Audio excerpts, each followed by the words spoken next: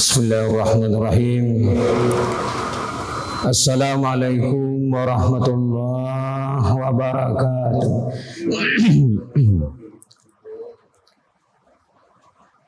Alhamdulillahirabbil alamin. Wa bihi nasta'inu ala umuri dunya waddin. Ashhadu an la ilaha illallah wahdahu la syarikalah. Wa ashhadu anna Muhammadan abduhu wa rasuluh la nabiyya ba'dah. Wa qala Rasulullah sallallahu alaihi wasallam, uqtulul aswadaini fis shalah, al hayyata wal aqraba. Rawahu Imam Ahmad. Sebuah hadis dari Abi Hurairah radhiyallahu anhu, Rasulullah sallallahu alaihi wasallam pernah bersabda, bunuhlah olehmu di dalam salat dua binatang hitam. Yang pertama adalah ular, dan yang kedua adalah kala atau kala jengking. Bapak Ibu yang kami hormati, pertama dan utama sekali, marilah kita panjatkan puji dan syukur kita kehadiran Allah Subhanahu wa taala. Alhamdulillah, Allah masih memberikan kesehatan, kesempatan dan kekuatan kepada kita, sehingga memungkinkan kita untuk bisa hadir kembali di dalam masjid ini dalam rangka melaksanakan ibadah kita kepada Allah Subhanahu wa taala. Salawat beserta salam kepada junjungan besar kita Nabi Muhammad sallallahu alaihi wasallam. Bapak Ibu yang kami hormati, pada Senin yang lalu kita telah membicarakan hal-hal yang dibolehkan di dalam kita atau waktu kita mengerjakan salat. Yang pertama dulu adalah menangis. Tentu menangis yang dimaksud di sini ialah menangis yang memang timbul dari lubuk hati, bukan dibuat-buat, tetapi biasanya itu timbul sewaktu seorang membaca kalimat lafaz atau ayat di dalam salat. Dia mengetahui, dia memahami makna yang dibacanya itu. Sewaktu dia membaca ayat yang menceritakan tentang penduduk neraka, dia memahami betul, seolah-olah tergambar dalam pikirannya ketika itu bagaimana penduduk neraka. Kemudian dia bawakan kepada dirinya. Apakah dia nanti tidak termasuk salah seorang yang seperti itu? Di saat yang seperti itu biasanya orang yang menghayati itu meneteskan air mata. Kadang-kadang menangis terseduh-seduh. Ini dalam agama kita boleh, kalau memang kita tidak bisa lagi menahannya. Sekarang yang kedua dalam hadis tadi ialah kita diperintahkan oleh Rasulullah, walaupun kita di dalam salat, membunuh binatang yang berbisa, adalah ular dan kalajengking. Ini adalah binatang yang sangat berbahaya. Kenapa? Karena dia punya bisa. Kalau dia sudah menggigit, biasanya bisanya tinggal di tempat dia menggigit itu. Artinya berbahaya untuk kesehatan manusia. Maka di dalam hadis tadi Rasulullah memerintahkan kepada orang yang salat itu, kalau dia melihat ular, melihat kalajengking yang nampaknya akan membahayakan dirinya, dia boleh membunuh kalajengking, membunuh ular itu. Kenapa? Karena dia berbisa. Karena dia membahayakan kepada orang yang salat itu. Kadang-kadang kita berpendapat, saya kan sedang salat, sedang bermunajat dengan Allah, sedang berdialog dengan Allah, sedang berdiri di hadapan Allah, sedang sujud di hadapan Allah. Tentu Allah akan memelihara saya.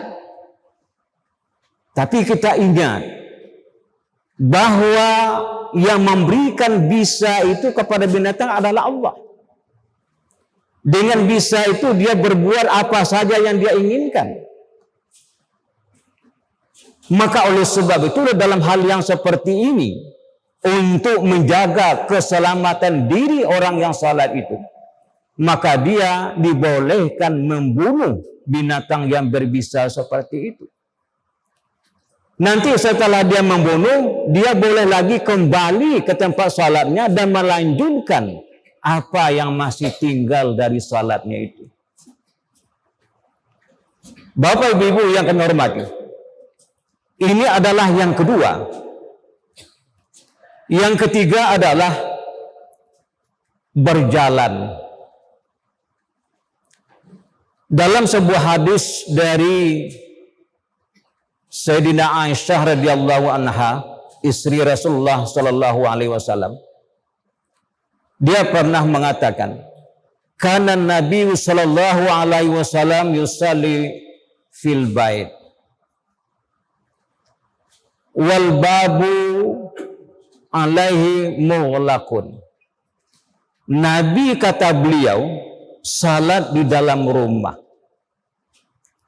kemudian pintu terkunci dari dalam. Kemudian kata Aisyah, saya datang dan minta tolong dibukakan pintu. Kemudian terdengar oleh Rasulullah. Rasulullah pergi berjalan sedikit ke dekat pintu. Beliau membuka pintu itu. Akhirnya Aisyah masuk.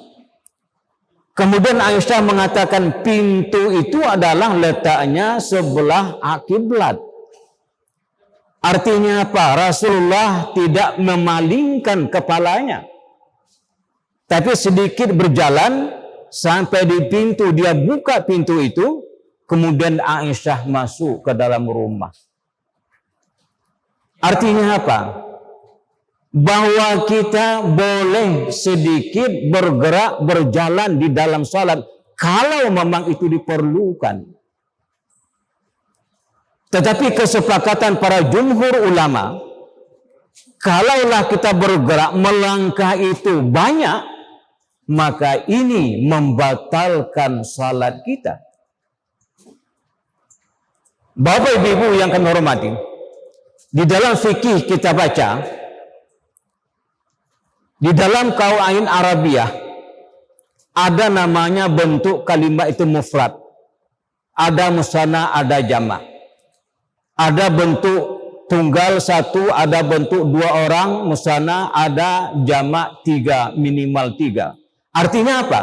Di dalam bahasa Arab, tiga itu sudah banyak. Jadi artinya apa? Kalau kita melangkah, jangan sampai 3 langkah. Kalau sudah lebih dari 3 langkah itu dikatakan bahwa salat kita batal. Kemudian kita baca lagi perbedaan pendapat dalam masalah ini. Bagaimana caranya supaya kalau sekian langkah tidak terhitung banyak? Ada ulama yang mengatakan kalau kita melangkah 1 langkah, berhenti dulu. Jangan lanjutkan yang kedua. Setelah berhenti sebentar, kemudian lanjutkan lagi yang kedua. Ada yang mengatakan itu masih dihitung 1. Tapi ini tentu tergantung kepada kita. Artinya apa? Jangan sampai kita melangkah terlalu banyak. Jangan sampai membatalkan ibadah salat kita. Maka oleh sebab itulah kalau memang betul-betul diperlukan yang seperti itu, dengan syarat kita tidak melengong ke kanan dan ke kiri. Kalau memang itu seperti Nabi, karena jendela pintu rumahnya itu adalah arah ke kiblat, berarti Nabi salat di dekat pintu itu. Maka dia sedikit bergerak sudah bisa membuka pintu dari rumah beliau itu. Bapak Ibu yang kami hormati, inilah barangkali sedikit yang kita sampaikan pada kesempatan ini dalam rangka kita memelihara terutama ibadah salat kita. Bagaimana dalam keadaan-keadaan yang terdesak seperti itu, dalam keadaan darurat yang seperti itu, kita tahu membolehkan syariat agama kita untuk bertindak, untuk berbuat. Sehingga juga ibadah salat kita tidak rusak dengan perbuatan yang kita lakukan itu. Sekian akhirul kalam, billahi taufiq wal hidayah. Wassalamualaikum warahmatullahi wabarakatuh.